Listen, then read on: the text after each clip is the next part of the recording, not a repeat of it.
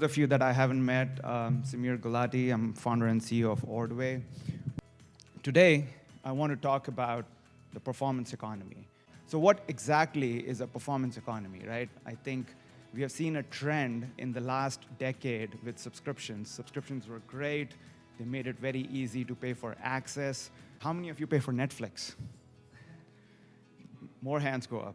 How many of you watch Netflix every week? Well, many of you do.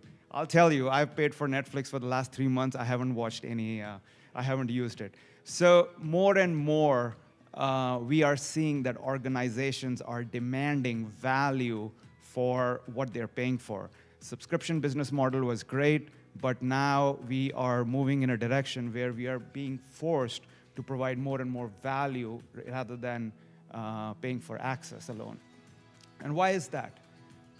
Because the world around us is changing so fast. As consumers, we have so many options available to us. So what's the implication of this particular change? It's time. It is forcing us to give more time to deliver on these performance-based plans that we are promising to our customers, right? Can we manufacture time? Mankind has been trying to figure that out for many years, right? But we can automate, right? So that is a way where we can save time, we can manufacture time as automation. We see that every day in our life. Yes, there's going to be some winners, there's going to be some losers. It's inevitable, it's going to happen. 45% of everything that we do today is going to get automated. It is going to get, certainly it's going to cause massive disruptions in the way the workforce is structured today. It's inevitable, right? We can fight it or we can embrace it, but what we do need to do is get ahead of the curve. We do absolutely need to start thinking, how do we avoid this disruption? How do we get ahead of this curve? Or we are going to be left behind, basically. We see examples of it every day. We have heard some really good examples today and yesterday too. And here are some examples. We see that in the world of trading with Robinhood. We saw Underwrite that's trying to do automated underwriting with artificial intelligence. And so we are beginning to see a lot of examples around us that are responding to this very performance-based economy, right? So what does that mean for all of us that still are using legacy processes? We need to continue to evolve our current processes to meet performance demands, basically. So let's take an example of how we charge for services. Charging with a credit card is easy. What is not easy is figuring out how much to charge, right? In a performance-based contract, you are going to have pricing that is based upon usage element, tiered elements, charging the customer based on how much they use rather than a flat fee just to access the system. And that complexity is certainly going to change the game and is going to force each one of us to get creative on how we structure our contracts, how we price for those contracts, and how do we calculate how much to charge for our customers. Now, automation is a key to overcome that complexity. So the next question to ask is, can you automate it yourself? Do you have the expertise in-house to do this automation? It depends, right? And almost every company is going through this thought process. How do I automate some of my workflows? How do I automate some of my processes and so forth? At the end of the day, the question for every company is build versus buy. And the question to ask is, how core is that automation for you? Is that automation a core driver of your business, or is it an enabler of your business? If it is a core driver of your business, more power to you. That's where you should spend your engineering resources, and that's what you should do.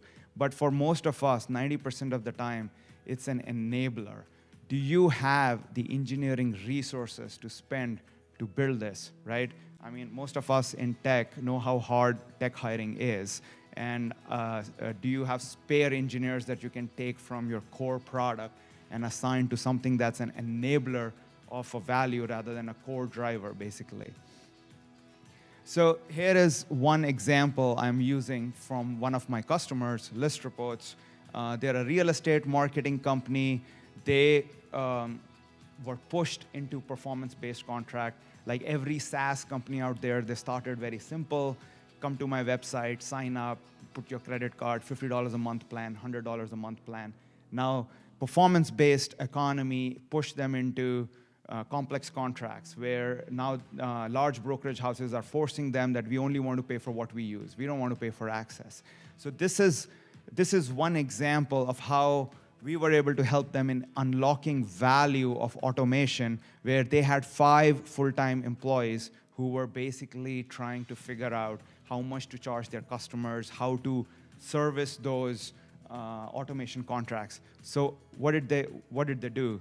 They automated. They manufactured time by automating, by unlocking this particular value. So List Reports automated their billing, but what does it mean for the rest of us? Freedom. Freedom from various tasks, and how can we look forward and so forth. So I'm going to use one more example before I end my presentation. This is a company, 75F. They're not our customer, but they're part of the same portfolio that we are from Rise of the Rest. And they have a solution for HVAC automation, where they figure out when should HVAC turn on, turn off, how much to charge, how much for the usage, and so forth. So they are also being, they've come up with performance-based pricing model with their smart infrastructure. And this is another example that I wanted to share with you guys. So this is where I'll leave it as a vision for the future. With automation, we see so many examples of AI, machine learning, and data. You combine that with automation. This is the future. It is inevitable. This is just a thought exercise to start thinking ahead on how can we stay ahead of the curve and solve this problem.